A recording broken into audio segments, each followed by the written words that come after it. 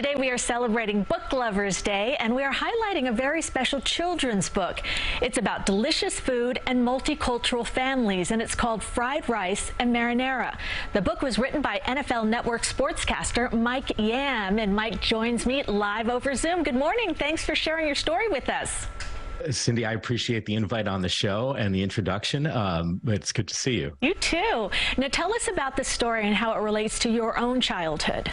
Yeah, well, the story, and it's a little bit of a touch point that you made reference to. It's the main character is Mikey, who's Chinese and Italian, and he's facing the biggest dilemma any 4-year-old before his birthday is facing, which is, what type of food am I supposed to have? And he doesn't know if he's supposed to have Chinese food or Italian food, so he feels being pulled in different directions. And he reaches out to the people who I would classify as his food gurus, his grandmothers, and his Chinese grandmother says, well, you know, in Hong Kong, we had Chinese food. And his Italian grandmother says, in Italy, we had Italian food.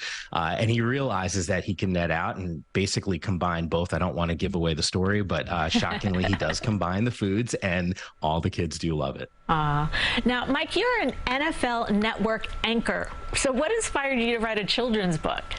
Yeah, you know, I spent my entire career talking about athletes and sharing their stories. And I think what really resonated for me, Cindy, was this idea of not having much diversity in a lot of children's books, whether it's Asian characters or mixed race families. There's some strides that have been made over the last 10 years or so, but we're not at the point where there's enough volume for all the kids. And I think some of the stories are really specific of in certain verticals, whether it's immigration or just famous icons that are associated with those types of cultures. And for me, what I wanted to do was create a story that all kids could resonate towards. I mean, everyone understands a birthday and everyone loves their own birthday party. But for me, I've been really fortunate, Cindy, in my career to be able to go and talk to college students about a career in broadcasting. And I've always been fascinated by the fact that there hasn't been much diversity in a lot of those classrooms. And I think one of the ways that that changes is strengthening that pipeline. And I think it starts early on. And I think it's just introducing stories and having characters that look different in a main lead. Oh, agreed. What kind of reaction have you gotten from parents and kids who have read your book?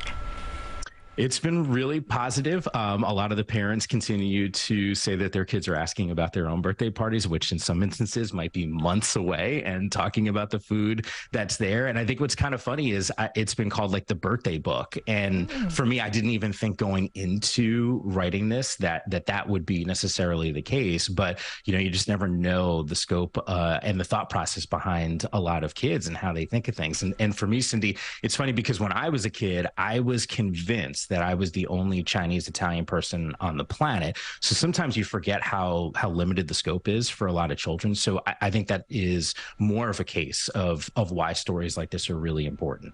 A lot of people have ideas for children's books. What advice do you have for aspiring writers?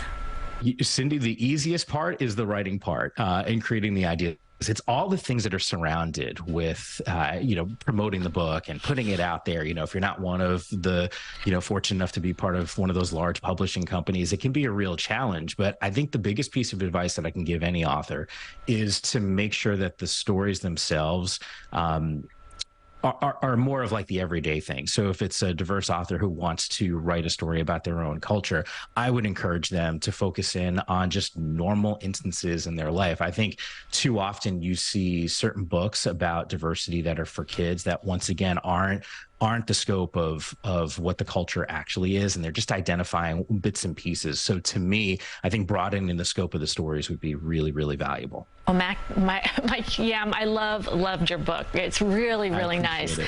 Thanks so much for joining us, and good luck with your book on this Book Lovers Day. We'll be right back.